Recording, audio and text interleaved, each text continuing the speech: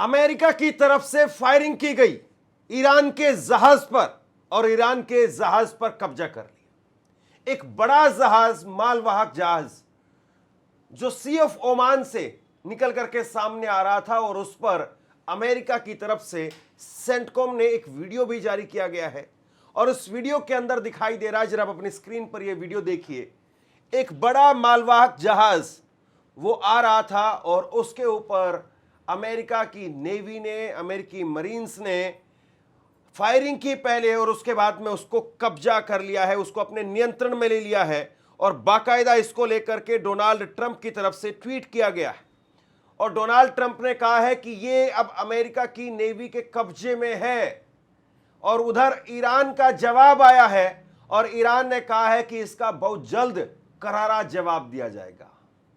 पूरी दुनिया इस वक्त में इंतजार में थी कि पाकिस्तान के अंदर इस्लामाबाद में दूसरे दौर की बातचीत होगी और इस दूसरे दौर की बातचीत में शायद सब कुछ ठीक हो जाएगा और जो लोगों के ऊपर तलवार लटकी हुई है वो शायद हट जाएगी, लेकिन डोनाल्ड ट्रंप आग में घी झोंकने का काम कर रहे हैं और ये शख्स पूरी दुनिया को कैसे तबाही की कगार पर ला करके खड़ा कर रहे हैं, ये देखने वाली बात है। सबसे पहले एक बार जरा ये वीडियो देखिए और उसके बाद में इस जहाज के बारे में बहुत डिटेल में मैं आपको जानकारी देने वाला हूं।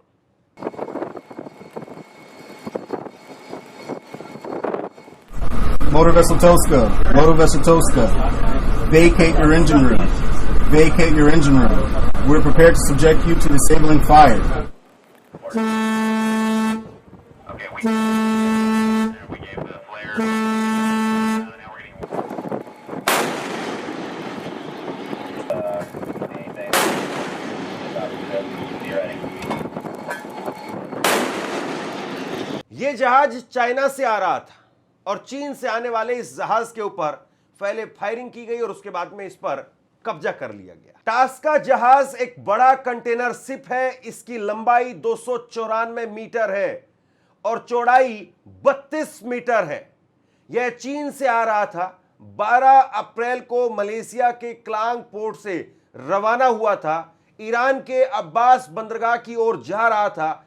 अमेरिकी सेना के मुताबिक उसने रविवार को करीब 6 घंटे तक जहाज के क्रू को कई बार चेतावनी दी और कहा कि यह जहाज वाशिंगटन की घोषित नाकेबंदी का उल्लंघन कर रहा है। जब जहाज नहीं रुका तो एक अमेरिकी वॉरशिप ने अपने 5 इंच MK-14 गन से फायर करके उसके इंजन रूम को निशाना बनाया, जिससे जहाज की स्पीड रुक गई और उसके बाद में अमेरिकी सैनिक जहाज पर चढ़ गए और उसे अपने कब्जे में ले लिया।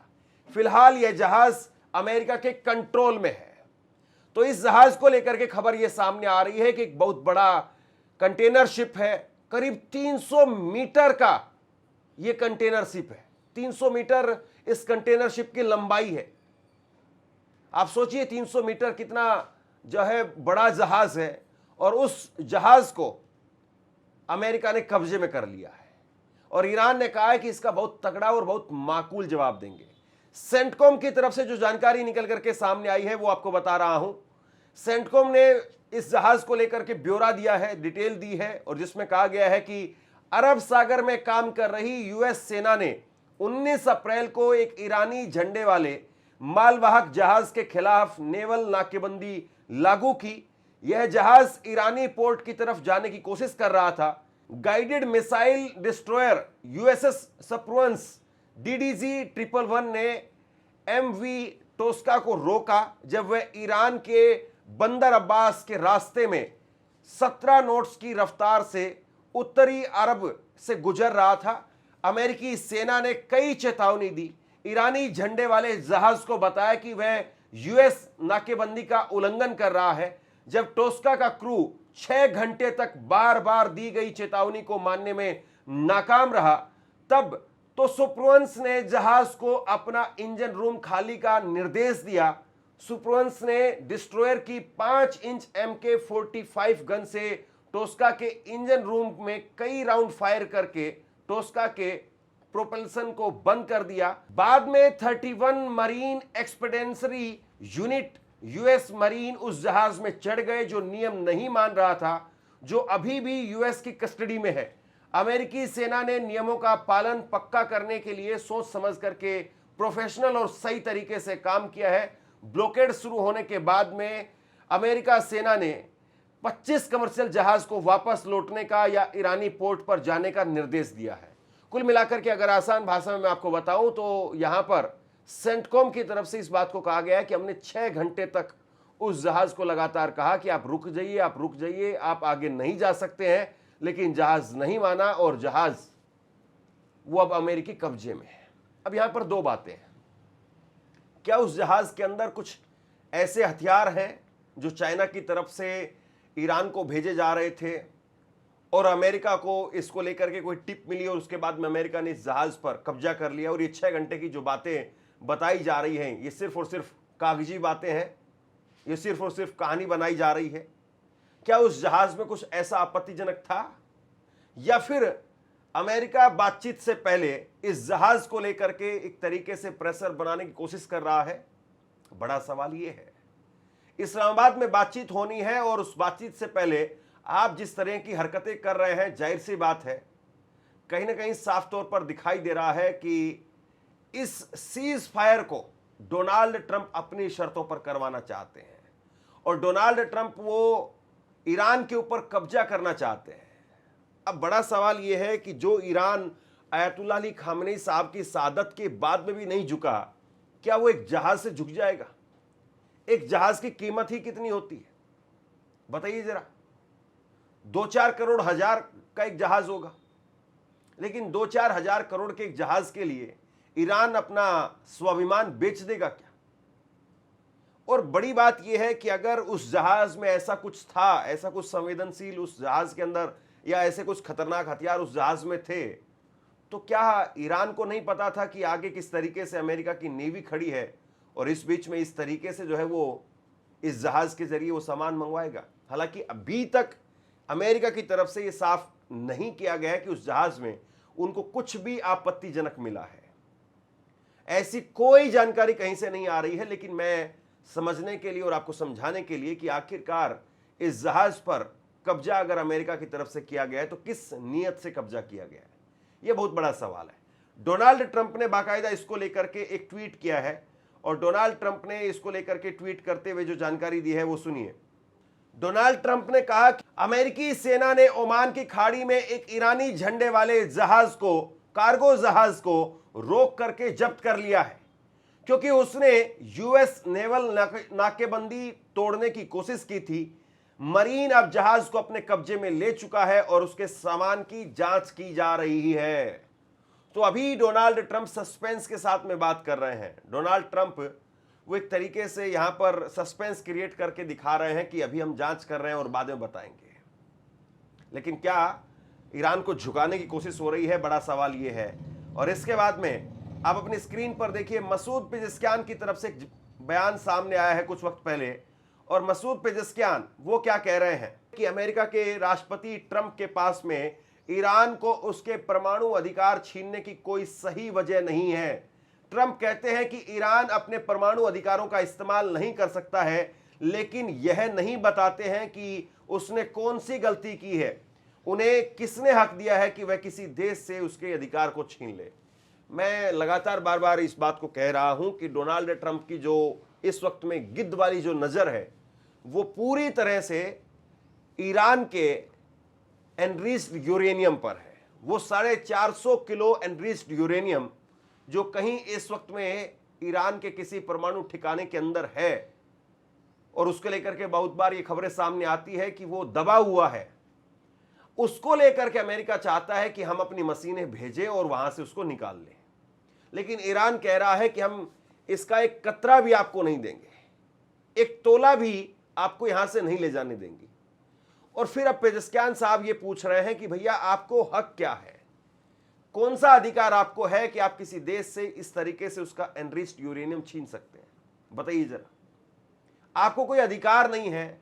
आप जबरदस्ती जबरन किसी के संसाधनों के ऊपर या किसी की मेहनत के ऊपर, उसके साइंटिस्टों की शहादत के ऊपर आप आकर के कब्जा नहीं कर सकते हैं, और हम हरगिज अपना एनरिच्ड यूरेनियम आपको नहीं ले जाने देंगे।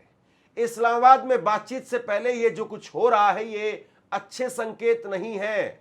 और ऐसे में बहुत हद तक संभव यह भी है कि ईरान की तरफ से कोई डेलीगेशन ना भी जाए, क्योंकि जिस तरीके से पिछली बार लेबनान को लेकर के ईरान अड़ गया था कि लेबनान में आप जब तक सीज फायर नहीं करवाएंगे तब तक सीज फायर नहीं होगा और ये कोई बातचीत आगे नहीं बढ़ेगी, और अब तो उनके जहाज को कब्जे में आपने कर लिया, या आपकी जो शर्तें गाहे बगाए निकल करके सामने आ रही है वो यही है कि हम अपना यूरेनियम, एनरिच्ड यूरेनियम आपको सौंप दें, तो ईरान ऐसे में इन शर्तों पर किसी कीमत पर तैयार होता हुआ दिखाई नहीं दे रहा है।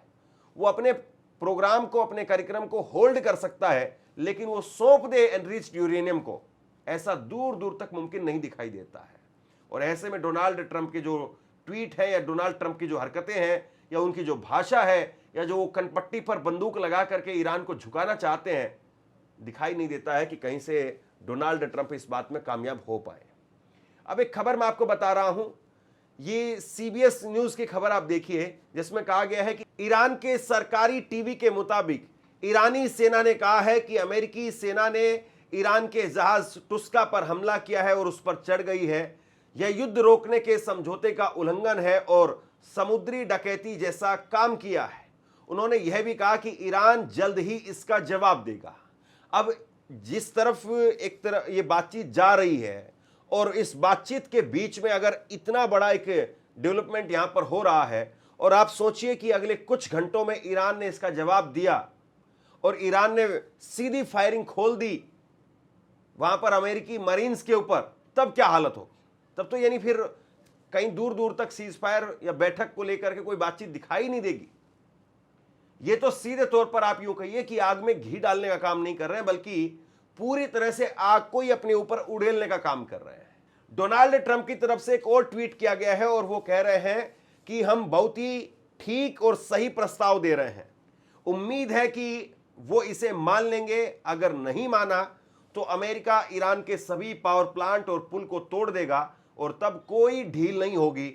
और इसके बाद में उन्होंने इसमें यह भी कहा कि मैं वो करने जा रहा हूं जो 47 साल तक किसी भी राष्ट्रपति ने नहीं किया, जो 47 साल तक किसी भी राष्ट्रपति को कर देना चाहिए था। ईरान की हिंसा मशीन, उसको मैं खत्म करने जा रहा हूं। यानी ईरान जो है वो लोगों को मारने की एक मशीन बन गया है, उसको मैं खत्म करने के लिए जा रहा हूं। ये जो है वो डोनाल्ड ट्रंप की तरफ से मैं लगातार कह रहा हूं कि कनपट्टी पर बंदूक लगा करके, और मुझे नहीं लगता कि डोनाल्ड ट्रंप के सलाहकार इतने बेवकूफ़ हैं या इस तरीके के आप यूँ कहिए कि पागल हैं कि जो लोग इतनी भी बात नहीं समझ पाए कि वो एक ऐसा मुल्क है जो अपने सुप्रीम लीडर की शहादत से नहीं झुका, तो आप उनको ये बंदूक, कनपट्टी और ये जहाज वगैरह उन पर कब्जा करके आप उस मुल्क को झुका लेंगे। आयतुल्लाह अली खामेनी, उनकी जो शहादत थी या उनकी जो मौत थी, उसकी कोई कीमत नहीं हो सकती है। और उसके बाद में अगर वो देश सरवाइव कर गया, 50 दिन इस जंग के झेल गया, तो आपको लगता है कि एक 2000 करोड़ रुपए के जहाज के लिए वो सरेंडर कर देंगे, घुटने पर आ जाएंगे? और चाइना के साथ में आप भिड़ नहीं पाएंगे, आप ईरान से ही नहीं भिड़ पा रहे। अगर मान लीजिए कि उस जहाज में कुछ आपत्तिजनक है भी, मान लीजिए, तो फिर आप ये बताइए कि चाइना से सीधे आप क्या भिड़ पाएंगे? क्योंकि भेजा तो फिर चाइना ने ही है। अगर उसमें कुछ हथियार है, कुछ सैटेलाइट्स हैं या कुछ भी और दूसरी टेक्नोलॉजी है, रडार है, अगर कुछ ऐसा सामान चाइना की तरफ से भेजा गया है, तो फिर इसका मतलब यह है कि आपको चाइना से डायरेक्ट भिड़ना पड़ेगा। तो क्या आप चाइना से डायरेक्ट भिड़ने की हिम्मत रखते हैं? क्या चाइना से आप भिड़ पाएंगे? आप ईरान से नहीं सिमट पाए अभी तक।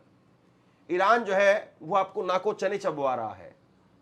तो ऐसे में ये युद्ध फिर कहां जाकर के ठहरेगा, जरा सोचिए।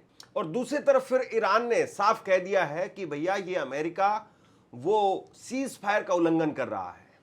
ईरान ने अमेरिका पर युद्ध विराम के उल्लंघन का आरोप लगाया है।